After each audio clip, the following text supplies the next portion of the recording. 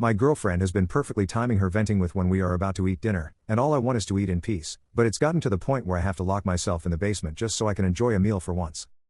I, 39M, and my girlfriend, 41F, have lived together for a bit over a year in my house. During the time that I have lived with my girlfriend, I've become very used to the fact that she really seems to de-stress by complaining. Much of this complaining is about other people in her life, such as her mother and her former co-workers, but much of this complaining is about me and how I'm not meeting her expectations in one way or another. I'm generally fine listening to her rant and will make all the appropriate motions to show that I'm listening, but a few months back, her complaining increased significantly in frequency. Again, I'm happy to listen to her, but one time that I do not want to listen to complaining is when I'm eating. Breakfast time isn't an issue because she's still asleep when I eat it, and lunchtime is fine because I work 6 days a week and I'm out for lunch, but I would really love nothing more than to just have a quiet dinner. It's especially irritating because she gets upset when I don't answer her fast enough, even when I'm chewing. She'll start saying hello? Hello? Hello? Are you even listening? As I try to swallow the food quickly and answer her. I expressed this to her a few months back. I put it as nicely as possible, with the excuse that I don't do well with talking during meal time. If anything, it has had the opposite effect. I'm convinced that she's actually timing her complaints to begin when I start eating dinner now. While I'm making my dinner, she'll be quiet, and when I sit down waiting for it to cool, she'll be quiet. But once the fork reaches my mouth, she'll immediately start complaining. Last Saturday, I told her that I couldn't deal with her complaining during dinner time anymore, and that if she did it again I would start eating elsewhere. She responded, "Yeah, okay, fine."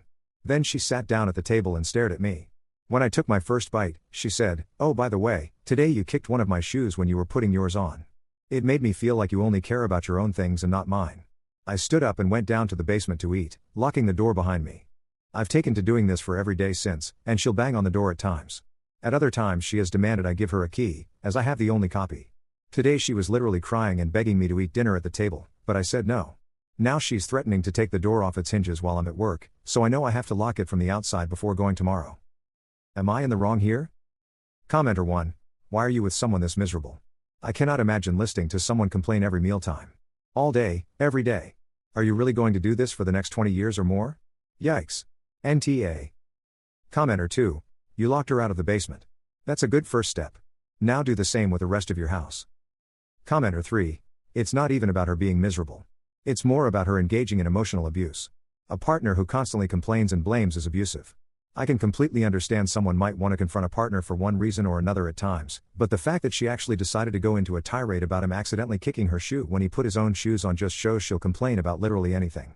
There's also the fact that even after he asked her to stop for the short time it takes him to eat dinner, she completely ignored him and intentionally timed her complaining for when she knew he didn't want to listen to it.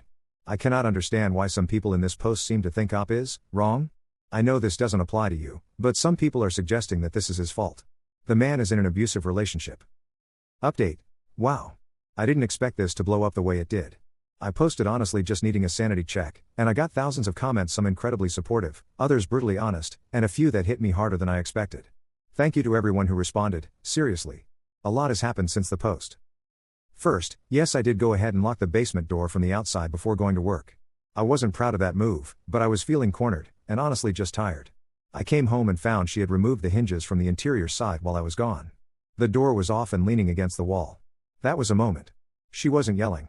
She was sitting on the couch, visibly upset, and just said, "So this is where we're at now?" We had the longest, rawest conversation we've ever had that night. She admitted she had started using dinner as her emotional dumping ground because she knew it would get my attention, and she felt like the only time I slowed down enough to be with her was when I was eating. Her words. She also admitted that my request to stop complaining during dinner made her feel like I was putting a timer on her feelings. I told her I wasn't asking her to be silent, just for a break from the emotionally heavy stuff while I was trying to decompress from my own day. There were a few tears on both sides. I told her that I love her, but I can't live in a state of constant emotional defense, especially not over dinner.